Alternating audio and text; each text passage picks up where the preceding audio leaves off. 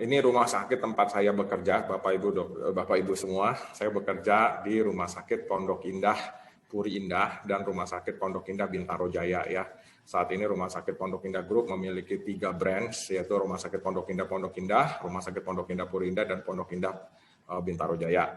Saya bekerja di Rumah Sakit Pondok Indah Bintaro Jaya dan Rumah Sakit Pondok Indah Puri Indah sebagai internis di kedua rumah sakit ini.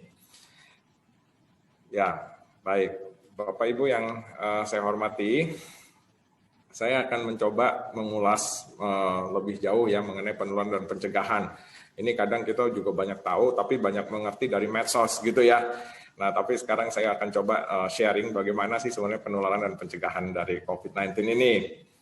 Nah, ini Bapak Ibu yang saya hormati ya. Ini saya ambil dari interim guidance WHO ya tertanggal 5 Juni 2020.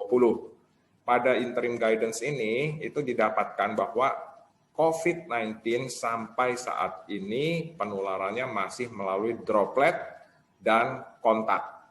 Ya, jadi droplet dan kontak. Artinya apa? Jadi melalui percikan dan kontak, Bapak Ibu. Nah, droplet ini bagaimana? Dia akan terpercik dalam jarak kurang dari 1 meter dan kemudian kalau kontak itu bagaimana? Seperti yang kita ketahui bahwa kontak itu ya kita kontak dengan orang COVID bersin, batuk, berkontak tangan dengan kita, kemudian kita juga kontak dengan muka ya, area muka, nah itu kita tertular. Atau sebaliknya ada orang yang COVID-19 ya, itu dia batuk, bersin, kemudian ada partikel droplet yang jatuh di permukaan meja, kemudian kena tangan kita, kemudian kita sentuh muka kita, langsung kontak itu, gitu ya.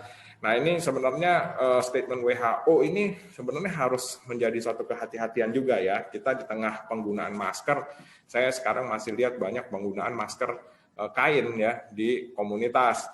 Tetapi sebenarnya ini memang harus digarisbawahi. Jadi artinya masker kain harus disertai dengan edukasi yang baik dan benar. Ya, saya ambil contoh misalnya ada seorang dengan COVID-19 gitu ya, dia pergi naik ke rumah saudaranya, naik Transjakarta sampai rumah saudaranya, kemudian dia buka maskernya, kemudian dia taruh di meja, setelah ngobrol-ngobrol dia pulang, kemudian maskernya dibawa pulang, si saudaranya itu pegang mejanya, pegang mukanya, kena itu, tertular, udah transmitted COVID-19. Nah, oleh karena itu memang kebijakan penggunaan masker secara massal di masyarakat sebenarnya harus dibarengi dengan edukasi yang cukup baik. Nah, tapi saya mau menekankan kembali Bapak Ibu semua bahwa penularan COVID-19 sampai sejauh ini yang masih dinyatakan resmi oleh WHO adalah melalui droplet dan kontak. Jadi belum airborne ya. Memang ada interim guidance lagi yang dikeluarkan oleh WHO tanggal 1 Desember itu dia mengingatkan kita ya hati-hati kalau makan di restoran, kemudian di kur-kur ya choir practices itu di ruangan yang indoor dengan ventilasi yang tertutup atau kurang baik. Nah, itu jangan-jangan juga menjadi suatu penularan COVID. Nah, cuman itu ya itu sih masih dia bilang butuh penelitian lebih jauh. Tetapi sampai saat ini dia masih resmi umumnya secara droplet dan kontak, belum airborne kecuali kalau di rumah sakit. Bapak Ibu yang saya hormati, lalu bagaimana dengan pencegahannya? Nah, ini sekilas ya Bapak Ibu, ini yang saya ambil dari Pusat Krisis Kementerian Kesehatan ya, di mana saya bekerja juga sebagai Pokja, anggota kelompok kerja pengendalian dan pencegahan infeksi di Kementerian Kesehatan Republik Indonesia.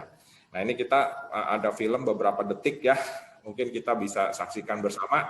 Ini ada 2 orang, yang warna abu-abu ini adalah orang yang terinfeksi COVID, sedangkan yang warna merah ini adalah orang yang sehat, gitu ya. Nah, bagaimana kita lihat ya, coba pencegahannya.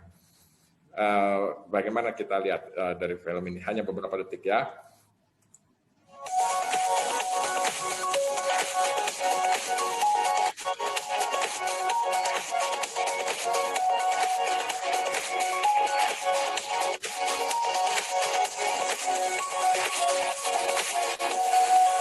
Ya. Dari film ini kira-kira yang dikesankan apa kira-kira Bapak Ibu? Dari film ini kita bisa mengesankan bahwa satu yang digunakan atau sebenarnya yang direkomendasikan penggunaannya sebenarnya masker bedah, bukan masker kain. Gitu ya. Yang kedua, kalau kita lihat, kalau orang sehat yang digunakan masker bedah, maka penularannya masih 70%. Jadi kalau misalnya orang sakit itu nggak pakai masker, kita pakai masker bedah, masih 70% kemungkinan kita tertular. Tetapi sebaliknya kalau masker bedah itu dikenakan kepada yang sakit, maka kemungkinan kita tertular cuma 5%. Kalau kedua belah pihak, baik yang sakit maupun yang sehat menggunakan masker, kemungkinan tertular cuma 2%, mau 0% jaraknya kita jauhkan. Kita ulangi sekali lagi ya Bapak Ibu semuanya ya.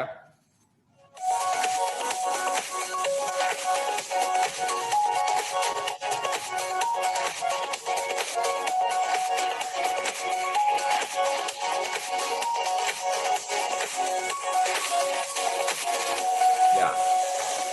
Jadi di sini kita ketahui satu pesannya yang digunakan adalah masker bedah, dan fungsi masker bedah terutama adalah melindungi orang lain dari kita. Jadi ketika kita menggunakan masker bedah, Bapak Ibu semuanya, sebenarnya yang terlindungi itu orang lain dari kita, bukan kita dari orang lain.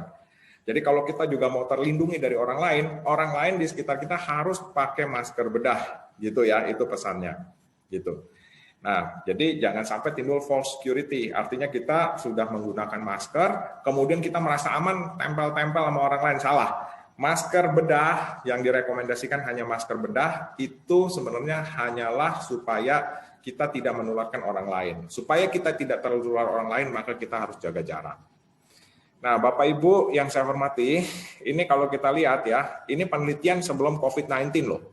Jadi pada penelitian ini, ada suatu perbandingan yang disampaikan oleh British Medical Journal ya. Ini satu perbandingan antara tenaga kesehatan yang menggunakan masker kain sama tenaga kesehatan yang menggunakan masker bedah.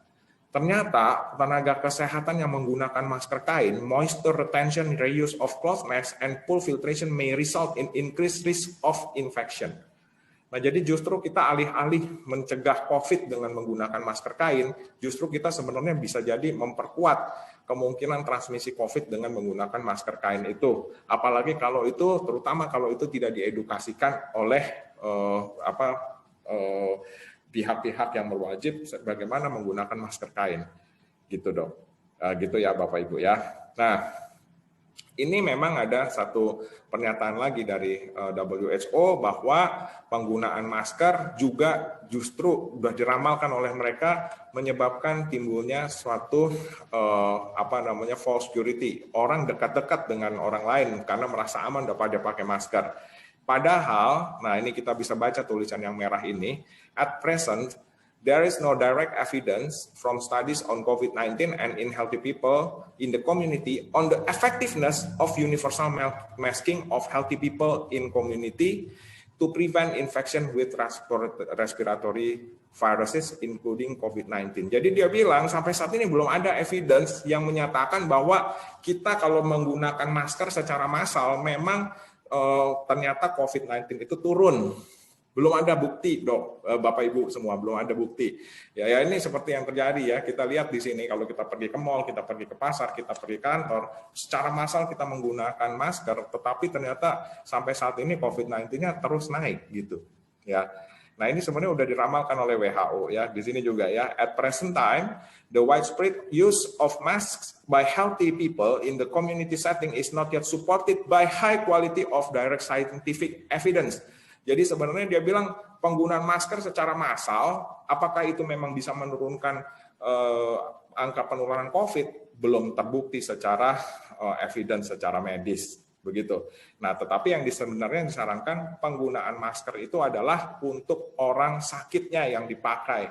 Nah, tapi sekarang karena kita saling menduga kan, nggak tahu mana yang sakit, mana yang sehat, makanya digunakan secara luas. Tetapi memang yang paling tinggi rekomendasinya adalah masker bedah. Tujuan penggunaan masker bedah supaya bukan mencegah kita tertular dari orang lain, tetapi sebenarnya mencegah kita menularkan orang lain. Gitu, Bapak Ibu. Nah, Bapak Ibu yang saya hormati, ini mungkin WHO kemudian pada tanggal 5 Juni itu, karena memang mereka melihat suatu kondisi ya, negara-negara udah mewajibkan semua pakai masker itu sebenarnya kepanikan benar-benar panik massal ya, yang sebenarnya secara evidence medik belum terbukti bahwa itu akan menurunkan angka penularan.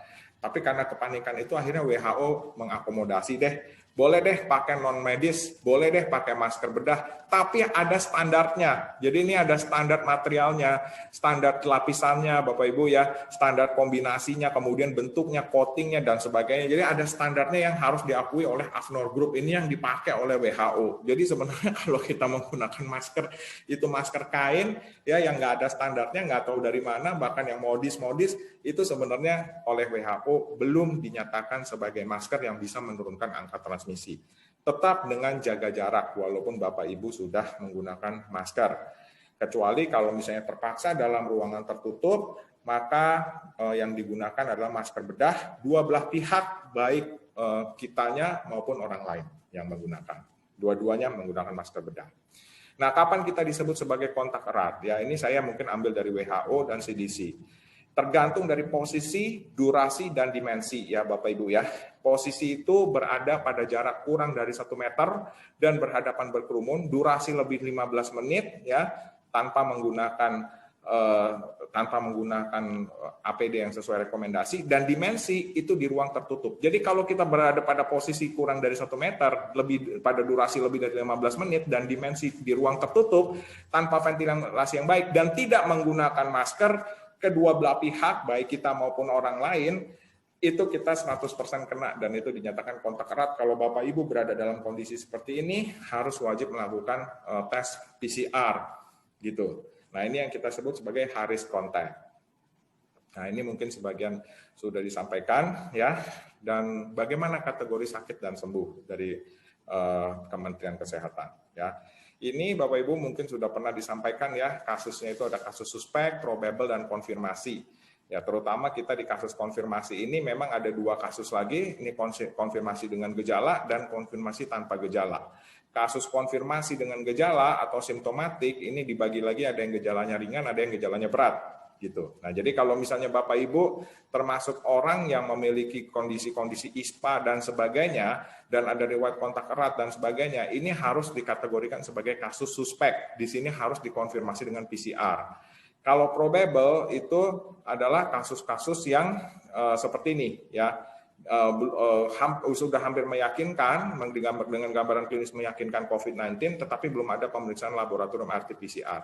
Nah, tapi singkat cerita Bapak Ibu, begini, sebenarnya yang mau disampaikan oleh WHO, oleh Kementerian Kesehatan ini apa? Saat ini memang terjadi suatu perbedaan tata laksana kalau ke pasien itu batuk, pilek, demam. Kalau dulu batuk, pilek, demam, flu, selesai. Oh, itu istirahat, pulang di rumah, minum vitamin. Dokter akan menyatakan begitu. Tapi pasca era pandemi ini, begitu batuk, pilek, flu, demam, langsung kita digiring untuk melakukan PCR. Gitu ya. Bapak Ibu yang saya hormati, bagaimana dengan perjalanan penyakit COVID-19 itu sendiri? Ya, ini saya ambil dari sebuah guidelines, dari IVMS guidelines. Kalau kita lihat Bapak Ibu, ya ini hari yang Bapak Ibu lihat 1, 5, 11, 14, 28, ini adalah waktu atau hari sakitnya orang kena COVID, gitu ya. Sedangkan di sini COVID itu ada 4 fase Bapak Ibu, ya ada 4 fase. Yang pertama adalah fase inkubasi, yang kedua fase simptomatik, yang ketiga fase early pulmonary phase atau fase paru awal, yang keempat adalah late pulmonary phase atau fase paru akhir. Nah, pada fase inkubasi ini kita lihat di sini. Begitu virusnya masuk ya, begitu virusnya masuk di sini, virus itu akan berkembang biak di dalam tubuh kita. Dia akan membelah diri gitu ya. Dia akan membelah diri, dia akan bereplikasi. Sampai di hari ke-5, ke-6, ke-7, di sini masuk ke fase simptomatik. Di sini simptom, artinya dia mulai bergejala di sini nih. Jadi mulai dari masuk hari pertama, rata-rata dia mulai bergejala sekitar 5-7 hari setelah pertama kali virusnya masuk. Jadi begitu virus masuk di sini, dia mulai berkembang biak di dalam badan kita, gitu ya, mulai membelah. Masuk di fase simptomatik, di sini dia mulai timbul gejala. Gejalanya variannya bisa macam-macam. Demam, batuk, pilek, sakit tenggorokan, dan sebagainya, gitu ya. Tetapi Bapak Ibu yang saya hormati, perlu saya sampaikan di sini bahwa COVID-19 ini adalah penyakit yang sembuh sendiri, dia hilang sendiri virusnya. Nah, ini kita lihat fase replikasinya atau fase pembiakannya dia hilang sendiri sampai pada hari 12, 13, 14, dan seterusnya, virusnya hilang sendiri sebenarnya dari badan kita, itu sudah pasti. gitu. Jadi COVID-19 ini kalau mantan Menkes yang dulu Pak Terawan menyatakan bahwa COVID-19 ini self-limiting disease, artinya dia penyakit yang hilang sendiri, virusnya adalah betul. Jadi virus itu hilang sendiri, tetapi dia di hari ke-12, 13, 14 dia hilang sendiri. Sebagian besar di populasi itu dia sebagian besar di populasi memang aman. Jadi setelah virus itu hilang sendiri, setelah virus itu tidak ada lagi di badan kita, itu selesai, aman. Orangnya aman, damai, sentosa, pulang dengan selamat dan sebagainya. Tetapi ada sekitar 5% sampai dengan 7%, Bapak Ibu ya, 5% sampai 7% orang itu begitu virusnya hilang, justru ketika virusnya selesai, fase replikasinya selesai tumbuh, justru di situ terjadi perburukan, Bapak Ibu. Ya, ini yang kita lihat di segitiga yang warna merah ini adalah fase perburukan pada COVID-19. Jadi justru ketika fase selesai virus, orangnya jatuh ke dalam kondisi yang buruk di sini. Orangnya jatuh ke dalam kondisi yang jelek. Ya. Nah, disinilah kebanyakan orang meninggal. Disinilah kebanyakan terjadi kematian dari COVID-19. Kalau kita lihat dari logika ini, Bapak Ibu yang saya hormati, kalau kita lihat dari logika ini, maka sebenarnya virusnya kan udah nggak tumbuh. Kalau gitu orang yang kena COVID-19 kemudian meninggal, dia mungkin meninggal di hari ke-14, 15, 16, dan seterusnya. Berarti aman sebenarnya kan, nggak usah dimakamkan secara COVID, kan udah nggak menular, virusnya udah nggak tumbuh. Ya, tapi itu salah. WHO memang masih menyatakan, walaupun secara ilmu kedokteran, ini bahwa setelah hari ke-12, 13, dan sebagainya, fase replikasi virusnya sudah selesai, sudah habis, ya. Tetapi kemudian meninggal orangnya di situ, WHO masih menyatakan apapun pada hari keberapapun dia meninggal, pada fase apapun dia meninggal, tetap harus dimakamkan secara COVID. Ya, karena apa? Karena ini untuk menghindari kekisruhan administratif ya. Karena nanti orang akan mengklaim, oh ini keluarga saya kan meninggalnya di hari kesekian, keluarga saya meninggalnya di hari kesekian, saya nggak mau dimakamkan secara COVID. Nah, takutnya itu malah memicu berbagai macam kekisruhan, penularan akan terus berjalan. Nah, jadi ini memang ada satu diskrepansi, ada satu ketidaksesuaian, Bapak Ibu, antara perjalanan penyakit COVID, kalau kita lihat hilang sendiri sebenarnya virusnya, gitu ya. Tetapi sebenarnya di sini yang terjadi membuat orang meninggal itu bukan dari virusnya, tetapi yang membuat orang meninggal adalah reaksi radang di paru-parunya. Immune dysregulation ini adalah suatu kondisi di mana terjadi reaksi radang di paru-parunya sehingga kapasitas parunya jelek, dia jatuh ke dalam ventilator dan akhirnya meninggal, gitu. Nah, tetapi justru memang ini terjadi di fase-fase pada saat virusnya sudah tidak lagi bereplikasi.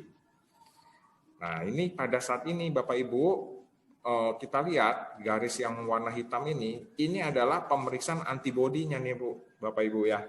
Jadi justru ketika virus itu sudah hilang, ini Bapak Ibu lihat, dia akan tinggi titer antibodinya.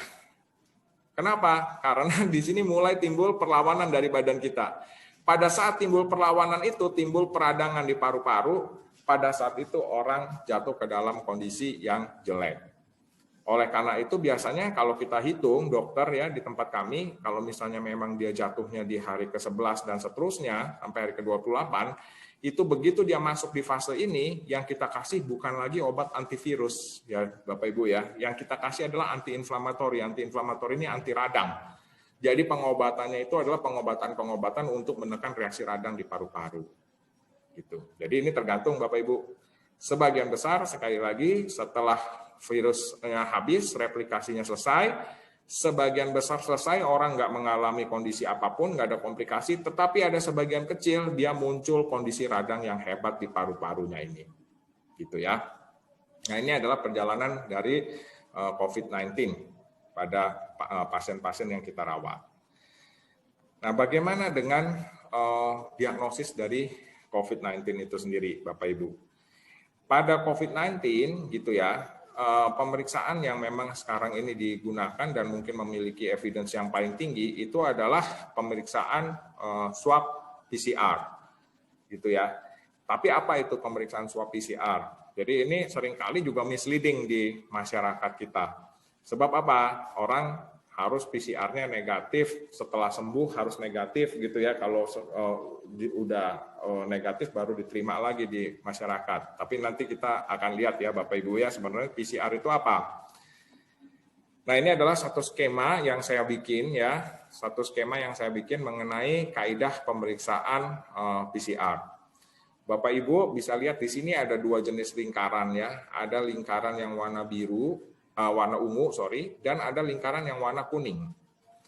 Lingkaran yang warna ungu ini adalah virusnya, sedangkan lingkaran yang warna kuning ini adalah selubungnya. Jadi virus itu memiliki selubung, gitu. Jadi virus COVID itu dia punya selubung, gitu ya.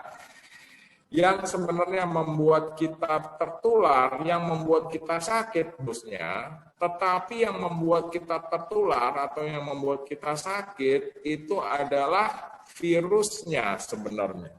Jadi yang warna ungunya itu yang membuat kita sakit, bukan selubungnya, bukan yang warna kuning.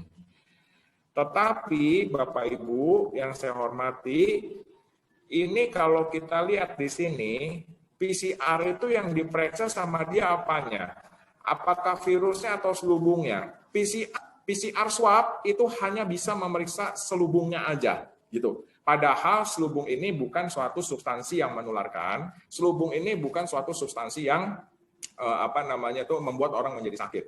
Nah, Bapak Ibu sekarang kita lihat ya, begitu kita ambil dari sini, virusnya kita ambil dari sini, kita di swab gitu ya.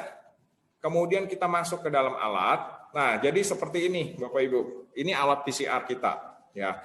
Di rumah sakit tempat saya bekerja, itu alat PCR-nya memiliki CT value 40. Artinya apa? CT value ini kita menggandakan, tetapi yang digandakan itu sekali lagi bukan virusnya ya Bapak Ibu ya. Yang digandakan itu adalah selubung dari virusnya. Gitu. Kalau CT value alat saya 40, jadi artinya kalau saya gandakan masing-masing dari selubung ini saya gandakan sampai 40 kali belum ketemu, maka saya akan menyatakan bahwa hasilnya negatif. Gitu, ya. Nah, ini kita ilustrasikan, Bapak Ibu datang di drive-thru, kemudian di swab ya karena mungkin merasa udah ada high risk contact tadi, posisi kurang dari 1 meter satu dengan yang lain atau riwayat berkerumun, waktunya lebih dari 15 menit atau juga berada di ruangan yang tertutup misalnya, takut datang ke drive-thru, di swab. Begitu di swab, nah ini jadi seperti ini. Diambil dengan dakron bertangkai virusnya dan selubungnya. Tapi yang diperiksa di dalam alat kita sekali lagi adalah selubungnya, bukan virusnya. Bagaimana cara pemeriksaan PCR ini berjalan? Kita gandakan dengan alat kita, cut off-nya 40 di kita. Artinya kalau selubung ini digandakan sampai 40 kali, masing-masing selubung N, selubung E, selubung S, selubung RD-RP, kita gandakan masing-masing 40 kali, belum ketemu, maka kita akan menyampaikan nilai negatif. Nah, ini kita gandakan ya. Begitu setelah selesai di swab, kita gandakan selubung N, ternyata ketemu nih Bapak Ibu pada penggandaan ke-27. Selubung E ketemu pada penggandaan ke-24. Nah, ini akan dinyatakan positif. Positif dengan CT value 27, positif dengan CT value 24, artinya positif pada penggandaan ke-27 dan 24. Sementara materi genetik S digandakan sampai 40 kali, dia nggak ketemu. Selubung RD-RP, RD-RP digandakan sampai 40 kali, dia nggak ketemu juga. Nah, di sini karena ada dua selubung yang kita ketemukan, maka kita akan bilang, Bapak Ibu, dengan sangat menyesal, kami menyampaikan bahwa hasilnya positif. Bapak Ibu terinfeksi COVID, Bapak Ibu harus minum obat, Bapak Ibu harus diisolasi, dikarantina. Begitu ya. Wah, ini langsung terpukullah kita, masuk ke karantina, diisolasi, dikasih obat dan sebagainya. Nanti akan saya ambil swab lagi ya Pak, ya Bu ya, setelah Bapak Ibu selesai perawatan. Baik Dok, setelah selesai perawatan Bapak Ibu, tadi saya sudah ceritakan ya Bapak Ibu ya, bahwa virus itu mati sendiri, self-limiting disease. Mati sendiri virus itu. Jadi begitu dia mati virusnya udah nggak ada lagi, kondisinya seperti ini Bapak Ibu. Di sini kita lihat yang lingkaran warna ungu udah tidak ada lagi, sudah habis nggak ada lagi. Tetapi permasalahannya selubungnya yang warna kuning itu dia tinggalkan, dia shading di situ, dia tinggalkan di situ, ya, dan dia bisa menetap nih 1 bulan, 2 bulan, ya, mungkin ada yang 1 minggu, 2 minggu, tapi ada yang 1-2 bulan bahkan 3 bulan. Nah, begitu diambil yang kedua, oke, ini udah waktunya Bapak Ibu saya ambil lagi. Nah ini kita lihat, bisa jadi pada pemeriksaan kedokteran itu bisa aja terjadi dakronnya itu dia pas kena ya di daerah yang tidak ada materi genetiknya, yang tidak ada selubungnya, Jadi begitu dia masuk ke sini, dia kena di daerah yang tidak ada selubungnya. Begitu dia masuk ke alat, nah jadi seperti ini Bapak Ibu, virusnya udah nggak ada sebenarnya, tinggal selubungnya. Tetapi kemudian karena tadi diambil di daerah, di area yang tidak ada selubungnya, begitu masuk ke alat, kita gandakan selubung N, kita gandakan sampai 40 kali nggak ketemu, E nggak ketemu, S nggak ketemu, RDRP sampai 40 kali juga nggak ketemu. Nah ini yang seringkali terjadi. Kemudian kita berikan, ya Bapak Ibu selamat, hasilnya udah negatif, Bapak Ibu sudah sembuh, tetapi nanti 2-3 hari lagi, coba kita swab lagi ya, kita PCR lagi. Baik dok, begitu kita swab, begitu kita PCR lagi, gitu ya Bapak Ibu ya. Nah, pas terambil di daerah yang tinggi selubungnya, yang tinggi titer selubungnya, yang tinggi titer materi genetiknya. Sehingga pada saat diambil seperti itu, masuk lagi ke alat, dia positif lagi. Materi genetik N atau selubung N digandakan sampai 37 kali, ketemulah dia di city value 37, materi genetik E ketemu di city value atau di penggandaan ke 36. Materi genetik S dan materi genetik RDRP, selubung S dan selubung RDRP, ya, selubung S dan selubung RDRP nggak ketemu. Tapi ini selubung N dan selubung E, dia ketemu di penggandaan 37 dan 36. Dengan demikian, Bapak Ibu, hasilnya dinyatakan lagi positif. Tapi mau saya tekankan di sini Bapak Ibu bahwa ini bukan artinya terinfeksi lagi, bukan. Gitu ya. Kenapa? Karena ini memang tergantung dari area pengambilannya dan itu bukan kesalahan pengambilan, bukan. Karena setiap alat kedokteran, setiap alat medical itu selalu pasti ada margin of error-nya. Jadi nggak bisa 100% akurat, nggak bisa. Nah, ini banyak terjadi di berbagai macam lapisan, gitu ya. Nah, ini yang seringkali kita sampaikan kepada khalayak awam bahwa bukan artinya terinfeksi lagi. Kenapa? Karena ketika Bapak Ibu sembuh dari COVID, itu muncul antibodi. Jadi ketika tadi saya gambarkan ya, ada titik-titik hitam, antibodinya tuh naik. Nah, antibodi ini sebenarnya yang bisa mempertahankan kita dari serangan COVID berikutnya. Jadi nggak mungkin dalam waktu 1, 2, 3 hari, seminggu, 2 minggu aja menurut hemat saya nggak mungkin kita kena COVID lagi, gitu. Ya, pada umumnya misalnya kita kena demam berdarah aja, misalnya kita kena influenza aja, itu di situ muncul antibodi terhadap influenza, setelah 2-3 bulan, di atas 3 bulan mungkin baru antibodi titernya turun, bisa kita kena lagi.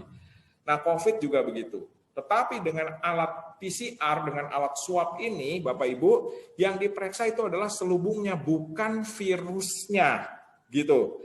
Nah, di sini pasiennya pernah marah-marah nih sama kita. Kemudian dia bilang, wah gimana sih dok, ini dokter mau meng-COVID-kan saya ya, gitu. Nah, di sini dia kemudian, enggak, saya akan pergi ke institusi lain, saya pergi ke rumah sakit lain, saya mau cek lagi PCR di situ.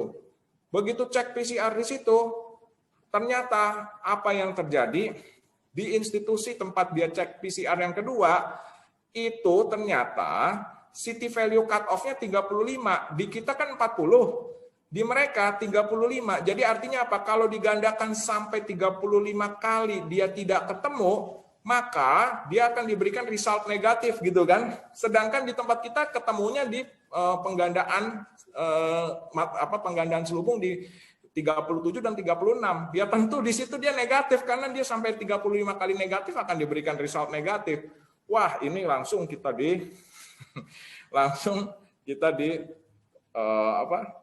kirimin surat. Ya, langsung ya inilah ya jadi dokter juga artinya kita ancam ya, ini rumah sakit mau saya masukin ke koran ya gitu ya, karena ini mengcovidkan. Bukan ya, dan ini pun beredar nih di khalayak, banyak di khalayak komunitas beredar. Ini bisa terjadi kenapa? Karena terjadi perbedaan cut off dari alat. Karena alat itu udah 30, 35, 40. WHO tidak memberikan cut off alatnya harus berapa. Di seluruh dunia itu bisa berbeda-beda. Ya, maka dari itu interpretasi dari pemeriksaan kedokteran memang harus diserahkan kepada pihak medical. Jadi nggak bisa misalnya kita dapat hasil begini, kita bandingkan, kita browsing dengan internet, kemudian kita tulis di koran. Itu agak bahaya gitu ya. Di kedokteran sendiri ketika kita ada keraguan untuk interpretasi hasil, ada dokter patologi klinik namanya, dia dokter spesialis khusus laboratorium untuk bisa menilai, menginterpretasi, mengekspertis hasil yang sahihnya itu seperti apa berdasarkan dengan profesionalismenya mereka. Nah, ini kira-kira seperti ini Bapak Ibu. Jadi saya mau sampaikan Bapak Ibu di sini, orang COVID yang udah sembuh dari COVID, bisa sebagian besar masih menunjukkan hasil PCR positif. Gitu ya. Tapi bukan artinya dia masih sakit. Kenapa? Karena Bapak Ibu, satu yang diperiksa bukan virusnya, tetapi selubungnya. Selubung ini bukan substansi yang membuat kita jadi sakit. Selubung ini bukan yang membuat kita jadi menularkan ke orang lain. Tetapi dengan alat swab dan PCR, dia masih memberikan hasil yang positif. Begitu. Oleh karena itu, Bapak Ibu yang saya hormati, WHO melalui WHO Scientific Brief ya tanggal 17 Juni 2020, dia menyatakan begini. Ini kita baca sama-sama yuk ya Bapak Ibu ya semua ya. Based on evidence showing the rarity of virus that can be cultured in respiratory samples after 9 days after symptom onset. Jadi dia bilang evidence showing the rarity of virus that can be cultured in respiratory samples after 9 days. Jadi sebenarnya dia bilang Bapak Ibu, kalau kita sakit, batuk pilek, kemudian kita COVID, mulai dari gejala pertama sampai 9 hari berikutnya, di atas 9 hari, itu virusnya udah jarang tumbuh, Bapak Ibu. Di atas 9 hari sudah jarang tumbuh. Dia bilang, especially in patients with mild disease, khususnya pada pasien-pasien yang ringan ya, usually accompanied by rising levels of neutralizing antibodies and a resolution of symptoms. Nah, ini kalimat yang berikutnya kita perhatikan dari WHO ya Bapak Ibu ya. It appears safe to release patients from isolation, aman untuk melepas pasien dari isolasi based on clinical kriteria. Satu, kriterianya harus aman, dia nggak ada komplikasi, tidak ada perburukan, kondisinya aman, nggak ada selesai. Kalaupun misalnya dia kondisinya berat, juga sudah kondisinya aman. Satu, jelas kriteria klinisnya kondisinya harus aman, sehat ya. That require a minimum time in isolation of 13 days. Jadi minimum 13 hari. Lepas dari 13 hari, aman. Ini seperti yang dinyatakan oleh gambaran yang tadi saya gambar itu. Jadi satu, kondisi keadaan umumnya pasien bagus, lepas dari komplikasi atau tidak ada komplikasi. Kedua adalah sudah lebih dari 13 hari. Sudah lebih dari 13 hari sejak dia sakit. Rather than strictly on repeated PCR results. Daripada sekedar hanya mengulang-ulang hasil PCR. Bapak Ibu yang saya hormati, kalau kita mengacu pada kriteria WHO ini, sebenarnya kapan seorang pasien boleh dilepas dari isolasi? Sebenarnya hanya atas 2 kriteria. Yang pertama, kondisinya bagus, tidak ada komplikasi. Kalaupun dia pernah terjadi perburukan berat, sudah sembuh, sudah baik, nggak ada komplikasi yang lebih buruk, lebih berat lagi. Kedua, harinya sudah lebih dari 13 hari sejak pertama kali dia sakit. WHO tidak mempersyaratkan bahwa pasien lepas dari isolasi PCR swab-nya harus negatif, tidak. Sehingga di sini Bapak Ibu bisa saya tegaskan bahwa PCR atau swab bisa digunakan untuk diagnosis sakit. Begitu seseorang terdiagnosis PCR swab-nya positif, maka dia wajib hukumnya diberikan tata laksana di karantina sebagai pasien COVID pertama kali. Tetapi untuk dia dinyatakan bahwa dia sembuh atau dia tidak lagi menularkan, bahwa dia dinyatakan tidak lagi menularkan dan sembuh, PCR-nya harus negatif? Tidak. Ya, gitu.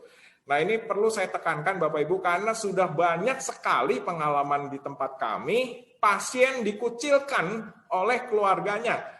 Pasien dikucilkan oleh tempat kerjanya, pasien dikucilkan oleh teman-temannya, hanya PCR-nya positif terus.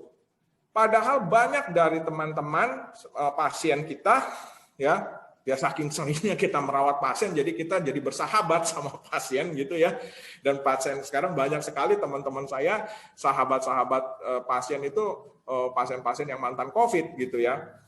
Tapi saya banyak sekali mendengar curhat dari mereka, ya betapa sedihnya kehidupannya setelah COVID itu. Padahal dia sudah bisa jogging, sudah bisa main basket, sudah bisa main sepeda, gitu ya, nggak ada keluhan, gitu Bapak Ibu.